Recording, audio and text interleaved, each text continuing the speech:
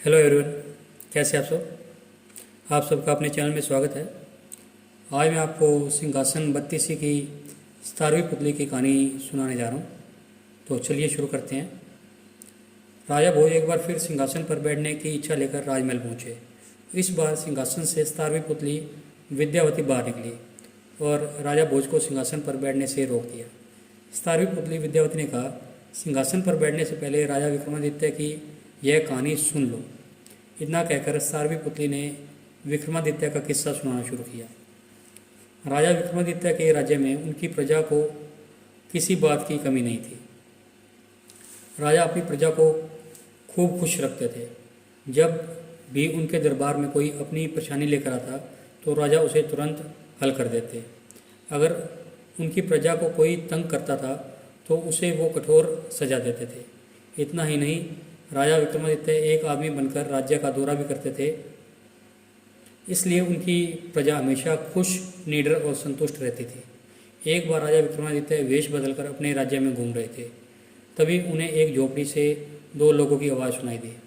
उन्होंने सुना कि एक महिला राजा को जाकर कुछ बताने के लिए कह रही थी, लेकिन वो व्यक्ति कह रहा था कि वो अपने स्वार्थ के लिए राजा की जान खतरे में नहीं डाल सकता। इन बातों को सुनते ही राजा समझ गए कि उन्हें कोई समस्या है और राजा भी इससे जुड़े हुए हैं। राजा विक्रमादित्य हमेशा अपनी प्रजा की परेशानियों को हल करना ही अपना कर्तव्य मानते थे। ऐसे में राजा विक्रमादित्य से रहा नहीं गया और उन्होंने झोपड़ी का दरवाज़ा खटखटाया। दरवाजे पर आवाज़ सुनकर ब्राह्मण दंपति ने दरवाज़ा खोला।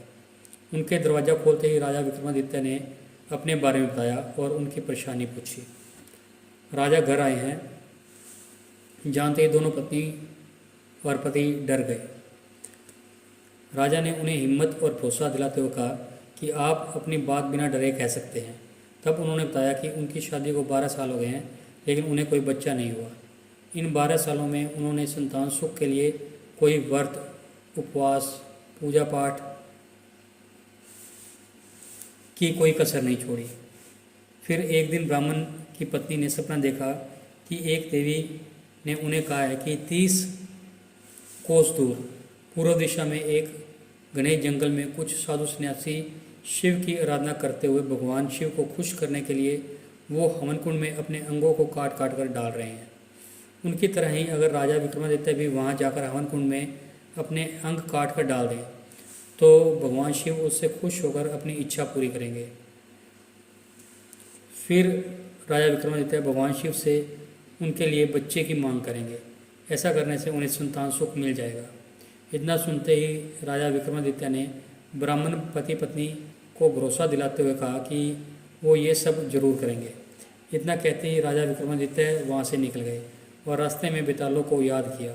बेताल उनके सामने प्रकट हुए तो राजा विक्रमादित्य ने उन्हें हवन की जगह पहुँचाने को कहा। राजा जैसे ही उस जगह पहुँचे तो उन्होंने पाया कि वहाँ सचमुच कुछ साधु बैठकर हवन करते हुए अपने अंगों को काट काट कर हवन कुंड में डाल रहे थे। ये देखते ही राजा विक्रमादित्य भी वहाँ सन्यासी के बगल में जाकर बैठकर उनकी तरह अपने अंगों को काटकर हवन कुंड में डालने लगे। जब राजा विक्रमादित्य और साधु सारे जल गए तो वहाँ एक शिवगण पहुँचा और सभी साधुओं को अमृत देकर जिंदा कर दिया, लेकिन गलती से उसने राजा विक्रमादित्य को अमृत नहीं दिया। जब सारे साधु जिंदा हो गए तो उनका ध्यान विक्रम पर गया जो राख बन चुके थे। फिर सभी सन्यासियों ने मिलकर शिव की पूजा की और विक्रम को जिंदा करने की प्रार्थना की। भगवान शिव ने उनकी प्रार्थना सुन ली और राजा विक्रमादित्य को अमृत डालकर जिंदा कर दिया। राजा विक्रमादित्य जैसे ही जीवित हुए तो उन्होंने भगवान शिव के सामने हाथ जोड़कर और सिर झुकाकर ब्राह्मण दंपति के लिए संतान मांगी। भगवान शिव राजा विक्रमादित्य के त्याग से खुश हुए और उनकी प्रार्थना सुन ली। इसके कुछ वक्त बाद ही ब्राह्मण दंपति को संतान सुख की प्राप्ति हुई। ये कहानी सुनाते ही 17वीं पुतली विद्यावती ने राजा भोज से कहा, क्या तुम में भी है ऐसी हिम्मत और त्याग की भावना?